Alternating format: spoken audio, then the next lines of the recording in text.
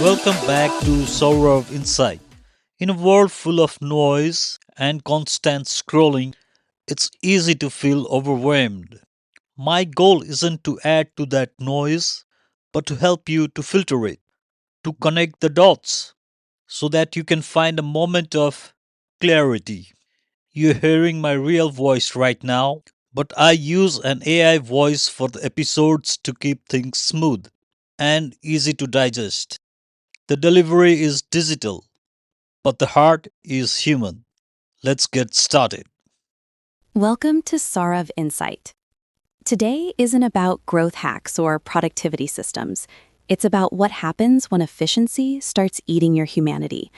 We're talking AI anxiety, digital detox, and a moment at a London train station that cracked something open. Sarav, welcome. Thanks. Yeah, this one's uncomfortable, honestly. Good. Let's start there. You said something that stuck with me. You said you were treating your life like an operating system. What does that actually mean? It sounds dramatic, but it was literal.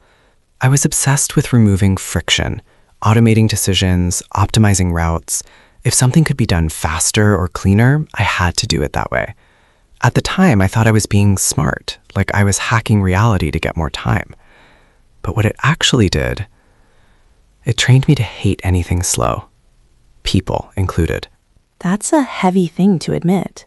Yeah, I didn't see people as people anymore, more like glitches. Like, why isn't this loading properly? And that mindset hit a wall recently. It did. Hard. Last weekend, my brother and I were heading to Westfield. We share a house. I had the buggy with my baby, so I took the lift at Hayes and Harlington station. He saw a crowd and went for the stairs. By the time I reached the platform, the train was gone. I looked around, he wasn't there, and something in me snapped. When he appeared on the opposite platform, I shouted at him. Properly shouted. Inside my head, the thought was ugly. Why did you try to be oversmart? Why didn't you just follow the plan? You were angry he broke the system. Exactly. But here's the part that stings. He was right. The map showed the train was coming to his platform, not mine. He read reality correctly. I was the one following bad code. And suddenly I saw it. I wasn't angry at him. I was angry that the world didn't obey my optimization. That's a rough mirror. Yeah. And the worst part? I realized I wasn't just being impatient. I was forgetting how to treat a human being as someone with agency, not a subroutine in my day. I owe him an apology, not just for shouting, but for how I was thinking. You called that moment a relapse. Why? Because I thought I'd already fixed this.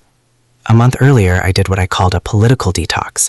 I snoozed everyone talking about Nepali politics, unfollowed news pages, wiped my YouTube history. I didn't go anywhere. I stayed in London, just quieter. I thought the noise was the problem. But standing on that platform yelling at my brother, I realized silence doesn't rewire you. The programming runs deeper than the feed. What was that detox actually like? Honestly, it wasn't peaceful. It was exposed. Life here is relentless. Work, baby, chores, repeat. My phone was my escape hatch. Without it, I had no buffer. I remember feeling irrationally irritated with my wife. She'd ask me to do normal household things, and I'd feel this surge of annoyance. Not because of her, because I had no dopamine to hide behind.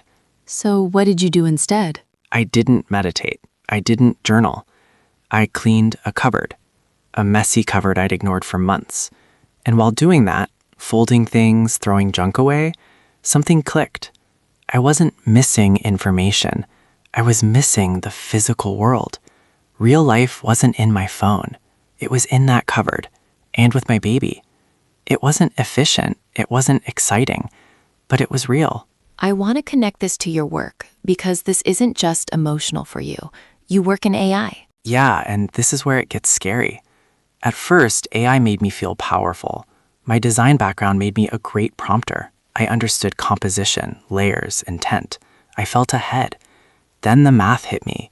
What used to be a full-time job, designing, editing, iterating, is now maybe one day a week.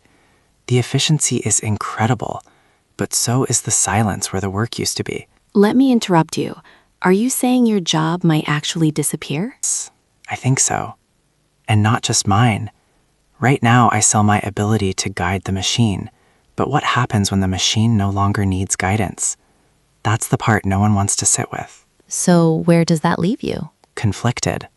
Part of me still wants the machine to win because slowing down is terrifying. But another part of me knows if we outsource patience, presence, and care, we're not upgrading ourselves. We're hollowing out. You ended your piece with a message to your daughter. Why her? Because I'm 40, and I'm only now learning what I want her to know at 10. I spent my life chasing sophistication, global politics, future tech, the big picture. I thought that's where power lived. I was wrong. If she ever hears this, her safety won't be in the algorithm. It'll be in the ability to look at the moon and actually see it, not photograph it, to grow food, to sit with someone slow and efficient, even annoying, and not turn them into a transaction. I ignored those things because I thought they were simple, but simple isn't easy. The machine will always handle complexity better than us, but it cannot be present. That's where her humanity lives. And that's something no algorithm can optimize. Saurav, thank you for trusting us with this. Thank you.